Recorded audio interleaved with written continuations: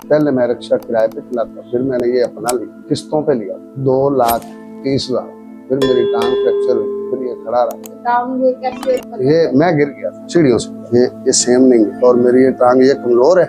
तो उसके बाद हालात ऐसे हो गए कि रिक्शे पे आ गए, रिक्शा चलाते चलाते अब रिक्शा बूढ़ा हो गया, मैं बूढ़ा। अब मेरी गुंजाइश नहीं है कि मैं ये रिक्शा बनवा सकूं। मेरी फीलिंग यही है, जिस दिन मैं यहाँ पे आया था तब मेरी फीलिंग कुछ और थी, तब मैं बहुत परेशान था। तो शऊर ने मुझे जो रिलीफ दिया है, मेरी जो हेल्प की है, ये रिक्शा मेरा बाहर खड़ा है, उस दिन मैं धक्का लगा के लेके आया और फटा हुआ था हर साइड से। आज अल्हम्दुलिल्लाह ऐसे जैसे मैं शोरूम से लेके आया, और शऊर ने थोड़ी सी नहीं मेरी बहुत हेल्प की कि मैं अभी निकलूं, घर जाते तक मैं बच्चों के लिए दाल रोटी पका सकता, लेकिन इतना ये रिक्शे के बगैर मैंने अपने घर पे ये 1.5 माह गुजारा, ये मेरा अल्लाह ही जानता है कि मैं कैसे वो मेरे पास। आज जब बेटी ने मुझे कल फोन किया तो मैंने कहा मैं रिक्शा लेके आऊंगा, हालांकि उन्होंने कहा है कि रिक्शा मत लाएं, आप खुद आए। मैंने कहा नहीं, मैं रिक्शा लेके आया, मैं दिखाऊंगा आपको कि ये आपके तवज्जुह से ये चीज मुझे मिल जाती है शऊर ने। अभी ये ऑटो मेरा बाहर खड़ा हुआ है, मैंने आपका पंफलेट भी लगाया है पीछे, और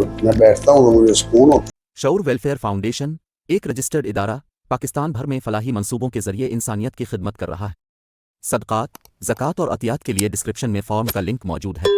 अतिया करें और खैर बांटें।